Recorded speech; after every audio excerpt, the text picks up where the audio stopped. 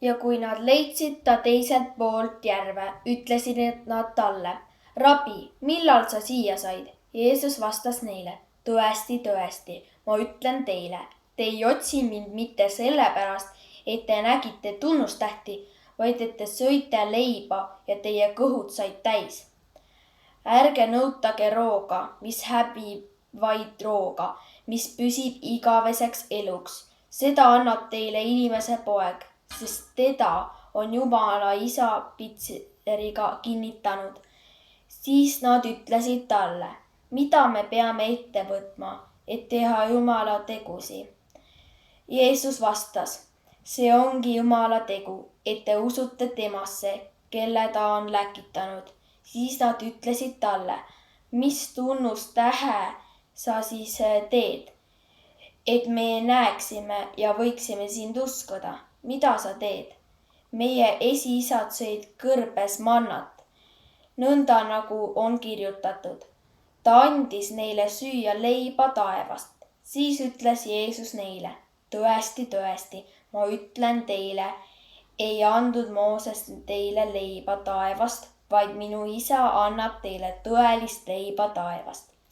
Sest Jumala leib on see, kes tuleb taevast alla ja annab maailmale elu. Siis nad ütlesid talle: Issand, anna meile alati seda leiba. Jeesus ütles neile: mina olen eluleib, kes minu juurde tuleb, see ei nälgi iialgi, ja kes minusse usub, see ei janune enam iialgi. Issi, mis asi on eluleib? Ütleksin, et see on üks liitsõna, mis koosneb leivast ja siis elust, ja seejuures see elu on selle leiva sees. Et kuidas? Selles ongi meie ajal juba raske aru saada. Kui mina veel koolis käisin, siis oli koolisööklas iga laua peal ette nähtud kartulikauss ja veidi kastet. Kui me kartulid ja kastme omavahel enam-vähem õiglaselt ära jagasime ja ära sõime, siis jäi kõht ikka veel natuke tühjaks. Iga laua peal oli ka 6 kääru leiba. Ka need söödi ära, et seda tühja kohta kõhus täita. Ja siis, kui see oli ka ära söödud, siis käisime tüdrukute laua peal vaatamas, kas neil mõnda kääru leiba järgi jäänud. Minu lapsepõlves olime me üsna vaesed. Meil ei olnud külmkappi ja toitu ei saanud väga paljudeks päevadeks ette osta. Ja nii juhtus ikka, et kõik head asjad said otsa ning süüa ei olnud midagi peale leiba ja või. Mõnikord oli kõht päris tühi, enne kui ema koju jõudis ja midagi hamba alla tõi. Siis aitas mind hädast välja ikka tükke leiba, millele määrisin peale võid ja lõikasin maitsestuseks peale sibularõngaid. Kui leib otsa sai, siis ei olnud midagi muud teha, kui kannatada tühja kõhu tunnet. Mõned päevad tagasi lugesin ma ajalehest, et viimane kord, kui maailm viimati nii hullus olukorras oli kui praegu, oli teise maailmasõja ajal. Mind ei olnud siis olemas ja minu ema sündis sõja viimasel aastal. Aga minu väga tore vanaema elas sõja üle ja rääkis ka mulle sellest lugusid. Minu vanaisa jäigi sõtta. Keegi ei tea täpselt, kus ja kuidas ta surma sai. Aga meie peres oli selline komme, et kui leib kukkus maha, siis tuli see üles võtta ja suud anda. Leiba pidi austama.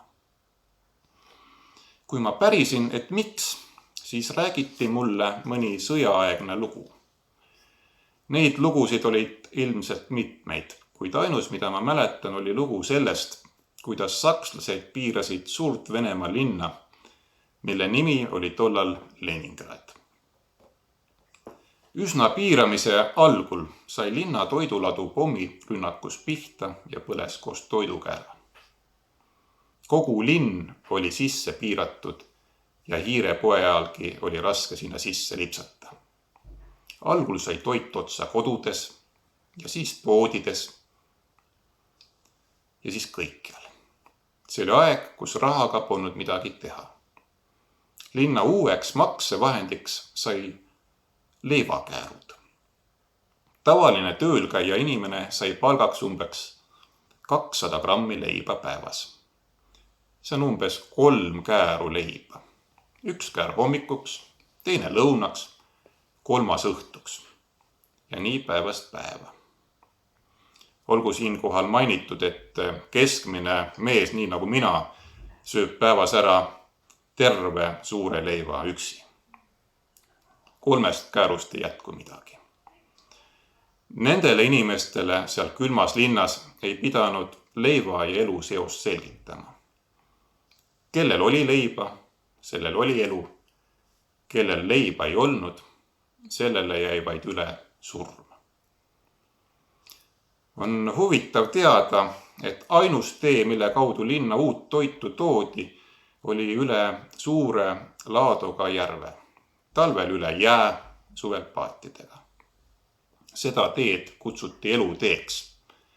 Seda teed pidi toodi elu andev leib linna ja seda pidi oli võimalik hea õnne korral ka põgeneda. Kui Jeesus räägib eluleivast selles kirjakohas, siis ei pea ta silmas mingit toitu, mis kõhtu jõuab. Kui saatan kiusab Jeesust näljaga kõrbes ja pakub talle võimalust saada maailma päästjaks viisil, mis täidab kõigi näljaste kõhud, siis Jeesus keeldub sellest. Ta ütleb, kirjutatud on, inimene ei ela üksnes leivast, vaid igast sõnast, mis lähtub Jumala suust. Johannes evangeeliumi autor alustab oma raamatut, tutvustades meile Jeesust kui taevast alla tulnud sõna. Sõna, mis sai lihaks, sõna, mis sai eluks. Kas Jeesus on selline eluleib, mida saab kuidagi ära süüa? See võib tunduda rumal küsimus, kuid 54. salm ütleb, kes minu liha sööb ja minu verd joob, sellel on igavene elu.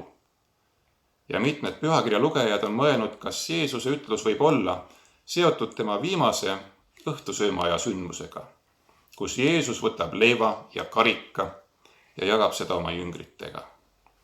Siit edasi tekib arusaam, et eluleivast osasaamine tähendab osasaamist sellest vaimulikust talitusest, mida meiegi tunneme püha õhtusöömaaja ja mitmetes kirikutes kutsutakse armulauaks. Kui sa seda pühitsetud leiba suhu ei pista, siis sul Jeesust kui eluleiba ei ole. Ehkki selline paralleeli tõmbane või tunduda kerge, peame küsima, kas Jeesus ka seda ise nii mõtles. Kuid mida tuleb teha selleks, et seda igavest elu kätte saada? Jeesus rõhutab siin tekstis 2 korda. Kes minusse usub, sellel on igavene elu. Mina olen eluleib. Eluleivast osa saamiseks ei ole vaja Jeesust ära süüa, ei kaudselt ega otseselt. Usust piisab täiesti. Jeesuse eluleivaks olemine on sümbol, kujund ja ehk on õige, et me ei üritakski seda liigselt lahti seletada. Piisab sellest, et sa usud seda, mida Jeesus on tulnud maailmale ütlema. Mina olen eluleib.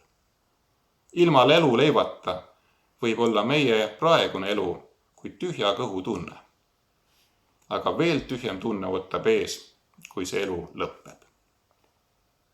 Me elame praegu ajal, mil maailma tavapärane toimumine on segi paisatud.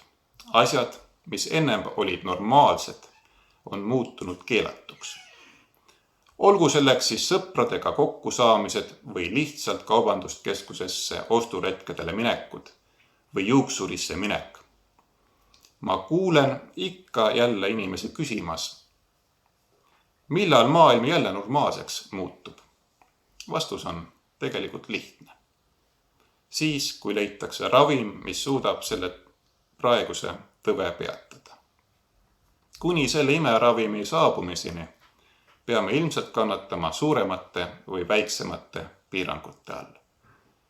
Kui keegi leiaks rohu, mis aitaks, siis oleks see eluleivaks paljudele haigetele, kellele praegu ei ole lootust.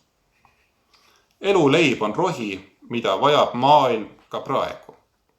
Ainult, et Jeesuse rohi ei aita meie maiset keha 100-aastaseks elamisel. Või kui aitab, siis ainult vähesel määral. Jeesuse rohi on mõeldud inimese surematule hingele. Sellest on abi eelkõige siis, kui tuleb selle maailma asjadega hüvasti jätta. Seda rohtu ei suuda sünteesida ka maailma parimad teadlased ja laborid. Minu soov on, et me ei hoiaks seda rohtu ainult iseendale. Seda on vaja kogu maailmale. Õnnistatud suurt neljapäeva!